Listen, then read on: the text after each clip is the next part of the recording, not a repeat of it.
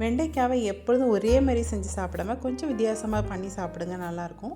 இன்றைக்கி வெண்டைக்காய் கறி எப்படி பண்ணுறதுன்னு வாங்க பார்க்கலாம். நான் இன்றைக்கி 10 வெண்டைக்காய் எடுத்துருக்கேங்க. அதை நல்லா கழுவிட்டு மேலே தண்ணி இல்லாமல் தொடச்சிட்டு வெண்டைக்காயோட மேலேயும் கீழையும் கட் பண்ணிவிட்டு சின்ன பீஸாக கட் பண்ணி எடுத்துக்கோங்க. இப்போ நான் எடுத்துருக்கேன் பாருங்கள், அந்த மாதிரி சின்ன பீஸாக கட் பண்ணி எடுத்துக்கோங்க. கட் பண்ணதுக்கப்புறம் ஒவ்வொரு பீஸ்லேயும் நடுவில் லைட்டாக கீறி விட்டுக்குங்க. அப்போ தான் மசாலா உள்ளே போகும், வெண்டைக்காய் டேஸ்ட்டாகவும் இருக்கும். இப்போ அதில் மசாலா பொடியெல்லாம் சேர்த்துக்கலாம். மஞ்சள்தூள் 1/4 ஸ்பூன் சேர்த்துக்குங்க, மிளகாய்த்தூள் 1/2 ஸ்பூன், கரம் மசாலா 1/2 ஸ்பூன். இது எல்லாத்தையுமே நல்லா அது கூட மேலே அப்படியே கோட் ஆகிற மாதிரி நல்லா கலந்து விட்டுருங்க. இது அப்படியே இருக்கட்டும். வெண்டைக்காயில் மசாலா நல்லா ஊறணும். ஒரு 30 நிமிஷம் ரெஸ்ட்டில் விட்டுறலாம். இப்போ ஒரு பேனில் 2 ஸ்பூன் ஆயில் சேர்த்துக்குங்க. ஆயில் லேசாக சூடானதுக்கப்புறம் 1 ஸ்பூன் ஜீரகம், 1 ஸ்பூன் கசூரி மேத்தி சேர்த்துக்குங்க. ஜீரகம் நல்லா பொரிஞ்சு பொன்னிறமாக வர வரைக்கும் வெயிட் பண்ணுங்கள். அதுக்கப்புறம் ஒரு பெரிய வெங்காயம் சின்ன சின்ன பீஸாக கட் பண்ணி வச்சுருக்கேன், அதை சேர்த்துக்கலாம். வெங்காயம் லேசாக வதங்கினா போதும், நல்லா ப்ரௌனாலாம் வர வேண்டாம். இப்போ இது கூட 7 பூண்டு பல் சேர்த்துருக்கேங்க, தோலை உரிச்சிட்டு சேர்த்துருக்கேன். அதையும் இது கூட சேர்த்து நல்லா வதக்கிடலாம். வெங்காயமும் பூண்டும் நல்லா வதங்கினதுக்கப்புறம் 1 டேபிள் ஸ்பூன் இஞ்சி பூண்டு பேஸ்ட்டு சேர்த்துக்கிறேன். அதையும் நல்லா வதக்கி விட்டுறலாங்க. நல்லா பச்சை வாசனை போகிற வரைக்கும் நல்லா வதக்கிடுங்க. இப்போ இது கூட மசாலா பொடியெல்லாம் சேர்த்துக்கலாம். மஞ்சள்தூள் 1/4 ஸ்பூன், மிளகாய்த்தூள் 1 ஸ்பூன், மல்லித்தூள் 1/2 ஸ்பூன், ஜீரகத்தூள் 1/2 ஸ்பூன். இதெல்லாம் சேர்த்துட்டு நல்லா வதக்கி விட்டுருங்க. இதுவும் நல்லா பச்சை வாசனை போகணும்.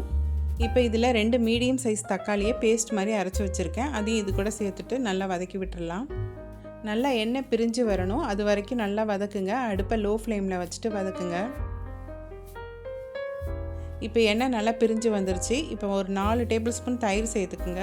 அதையும் சேர்த்துட்டு நல்லா மிக்ஸ் பண்ணுங்கள். இதுவும் எண்ணெய் பிரிஞ்சு வர மாதிரி நல்லா வதக்கணும். தொடர்ந்து ஒரு 2 நிமிஷமாவது கண்டினியூஸாக வதக்கிட்டே இருந்தீங்கன்னா மேலே நல்லா எண்ணெய் பிரிஞ்சு வந்துடும். இப்போ நல்லா எண்ணெய் பிரிஞ்சு மேலே வந்துருச்சு பாருங்கள். இப்போ நம்ம 1 கப் தண்ணி இது கூட சேர்த்துக்கலாம். இப்போ மசாலாவுக்கு தேவையான அளவுக்கு உப்பு சேர்த்துக்குங்க. உப்பு சேர்த்த பிறகு நல்லா மிக்ஸ் பண்ணி விட்டுட்டு அடுப்பை லோ ஃப்ளேமில் வச்சு ஒரு 5லேருந்து 7 நிமிஷம் வரைக்கும் நல்லா கொதிக்க விடுங்க. தண்ணி நல்லா கம்மியாயிட்டு எண்ணெய் பிரிஞ்சு மேலே வரும் பாருங்கள், அது வரைக்கும் நல்லா கொதிக்க விடுங்க. இப்போ ஒரு பேன் அடுப்பில் வச்சுக்கோங்க. அதில் 2 ஸ்பூன் ஆயில் சேர்த்துக்குங்க. அந்த ஆயிலில் நம்ம கட் பண்ணி மசாலாலாம் போட்டு வச்சுருந்தோம்ல வெண்டைக்காய், அதை அது கூட சேர்த்துக்கலாம். அந்த எண்ணெயில் இந்த வெண்டைக்காவை 2-3 தடவை நல்லா திருப்பி போட்டு நல்லா வறுத்துக்கலாம். இப்படி வறுக்கிறதுனால அதில் உள்ள ஈரத்தன்மை அப்புறம் அந்த லைட்டாக கொலன்னு இருக்கும் பாருங்கள், அதெல்லாம் ட்ரை ஆகிடும். இப்போ இதை நல்லா வறுத்தாச்சு. இப்போ நம்ம மசாலா ரெடி பண்ணிகிட்ருக்கோம்ல, அதில் இதை சேர்த்துக்கலாம். சேர்த்ததுக்கப்புறம் ரொம்ப கிளறாமல் மசாலாக்குள்ளே அந்த வெண்டைக்காயெலாம் இருக்க மாதிரி லைட்டாக ப்ரெஸ் பண்ணி விட்டுருங்க.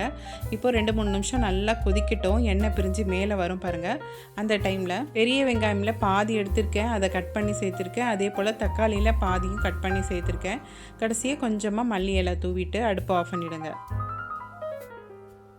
சாப்பிடும்போது இந்த வெண்டைக்காயோட இந்த வெங்காயம் தக்காளி சேர்த்து சாப்பிடும்போது ரொம்ப நல்லாயிருக்கும். இது சப்பாத்தி, பரோட்டா, அப்புறம் ரைஸ்க்கு, இட்லி, தோசை எல்லாத்துக்குமே வச்சு சாப்பிட்லாம். உங்களுக்கு இந்த வீடியோ பிடிச்சிருக்குன்னு நினைக்கிறேன். பிடிச்சிருந்தால் லைக் பண்ணுங்கள், ஷேர் பண்ணுங்கள், கமெண்ட் பண்ணுங்கள், சப்ஸ்கிரைப் பண்ணிக்கோங்க. அடுத்த வீடியோவில் பார்க்கலாம். பாய்.